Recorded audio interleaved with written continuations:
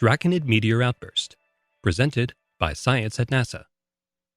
Have you ever felt like the sky is falling? On October 8th, you might be right. Earth is going to plow through a stream of dust from comet 21P Giacobini-Zinner, and the result could be a storm of Draconid meteors. We're predicting as many as 750 meteors per hour, visible mainly over the Middle East, North Africa, and parts of Europe, says Bill Cook of NASA's Meteoroid Environment Office. Every 6.5 years, more or less, comet Giacobini-Zinner swings through the inner solar system. With each visit, it lays down a narrow filament of dust, over time forming a network of filaments that Earth encounters every year in early October. Most years, we pass through gaps between filaments, maybe just grazing one or two as we go by, says Cook. Occasionally, though, we hit one nearly head-on, and the fireworks begin. 2011 could be such a year. Forecasters at NASA and elsewhere agree that Earth is heading for 3 or more filaments on October 8th. Multiple encounters should produce a series of variable outbursts beginning around 1600 Universal Time, with the strongest activity between 1900 and 2100 Universal Time. Estimates of the meteor rate range from dozens to hundreds of meteors per hour. One respected forecaster, Paul Weigert of the University of Western Ontario, says the meteor rate could go as high as 1,000 per hour, the definition of a meteor storm. It wouldn't be the first time.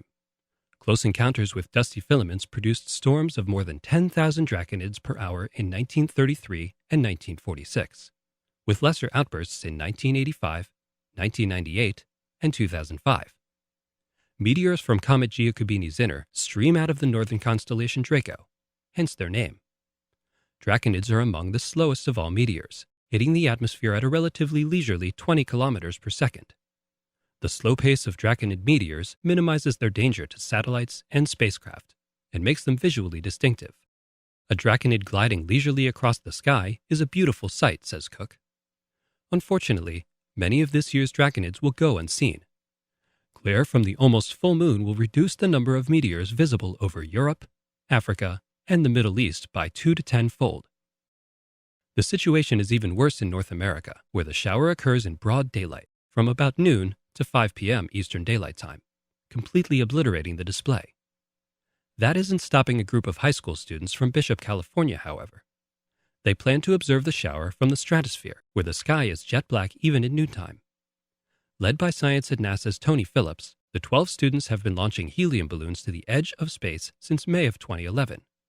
With more than 95% of Earth's atmosphere below the balloon, the sky above looks almost as black as it would from a spacecraft, perfect for astronomy. The students are going to fly one of our low-light meteor cameras in the payload of their balloon, says Cook. I hope they catch some Draconid fireballs for us to analyze. They could be the only ones we get. Stay tuned for results after October 8th. For more news about things flashing in the night sky, visit science.nasa.gov.